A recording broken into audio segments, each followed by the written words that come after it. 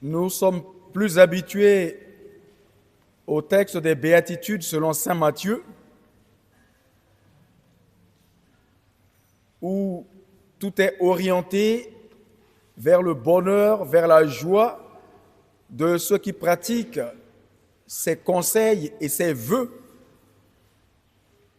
que Jésus, en tant que maître,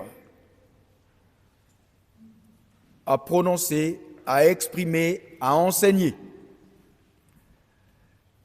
Et Jésus, qui fut un homme dans un corps comme le nôtre,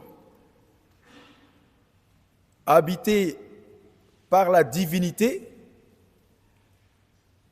eh bien, accomplit toujours ce qu'il enseigne. Au fait, ce qu'il demande à ses disciples de faire, c'est ce qu'il fait, c'est ce qu'il a déjà fait.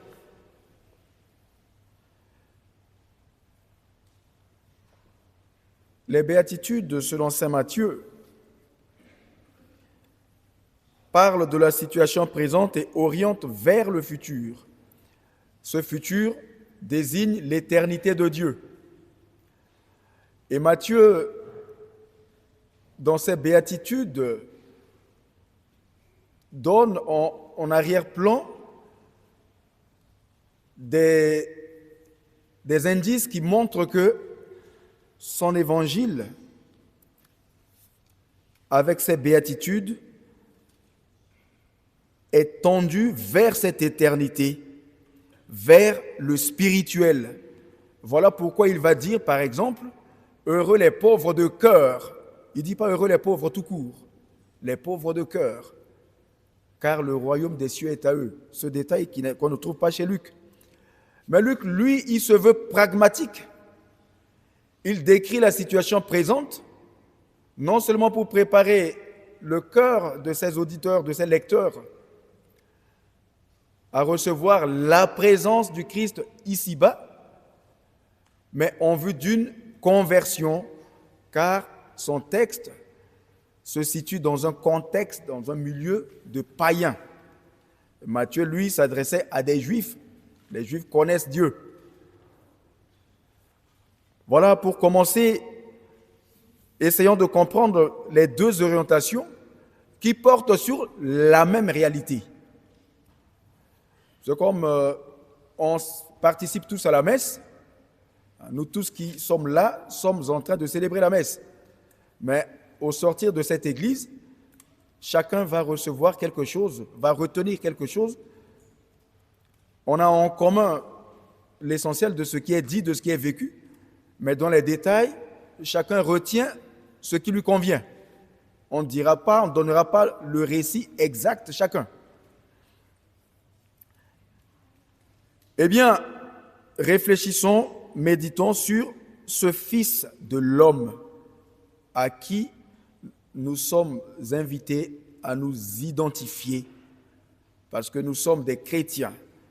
Ce Fils de l'homme, au nom de qui on peut être bien reçu, bien traité ou mal reçu, maltraité.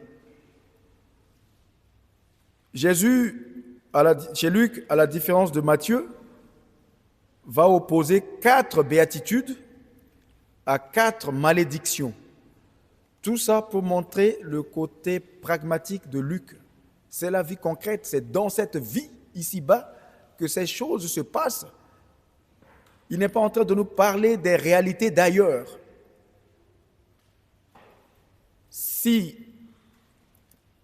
nous sommes pauvres aujourd'hui à cause de la maladie, à cause de la vieillesse, le grand âge, à cause de l'injustice, à cause de la calomnie, c'est une réalité. Et dans cette réalité, le chrétien est invité à entrer dans la joie. Pourquoi?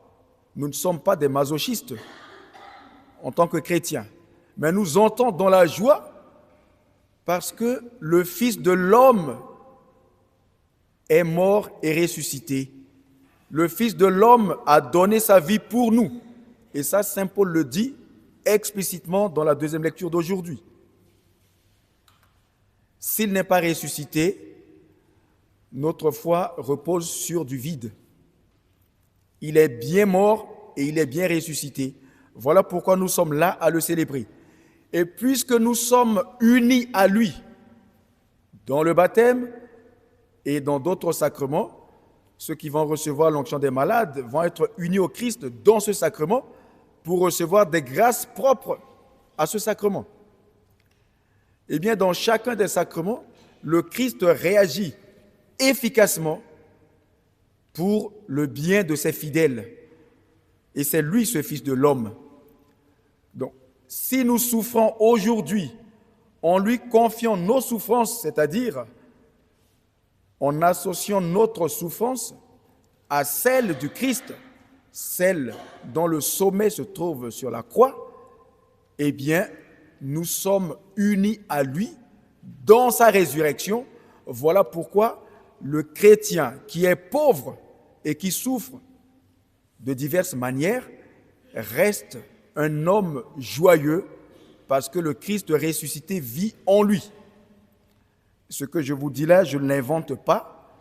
Je l'ai vécu, je l'ai expérimenté dans mon corps et j'en ai l'expérience par des témoignages. Il y a des personnes dont on ne peut mesurer la souffrance physique et mentale, voire morale, mais qui, par la force de leur foi, lorsqu'on vient leur rendre visite, ce sont elles qui nous réconfortent, parce qu'elles savent que nous souffrons à cause de leur souffrance. Ça, je l'ai vécu plusieurs fois lorsque j'étais aumônier à l'hôpital. Je l'ai vécu en visitant des patients dans leur famille aussi.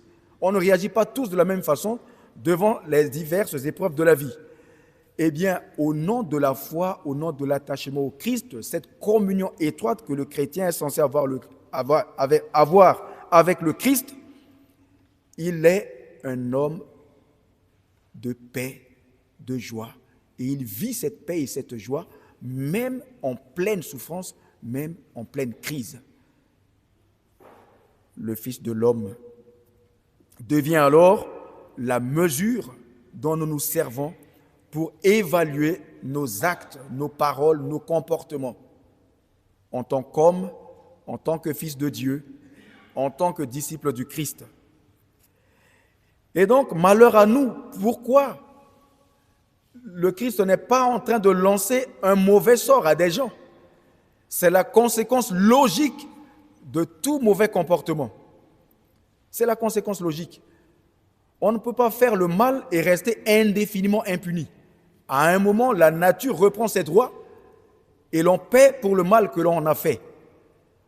On voit avec le comportement des hommes qui perturbent la nature.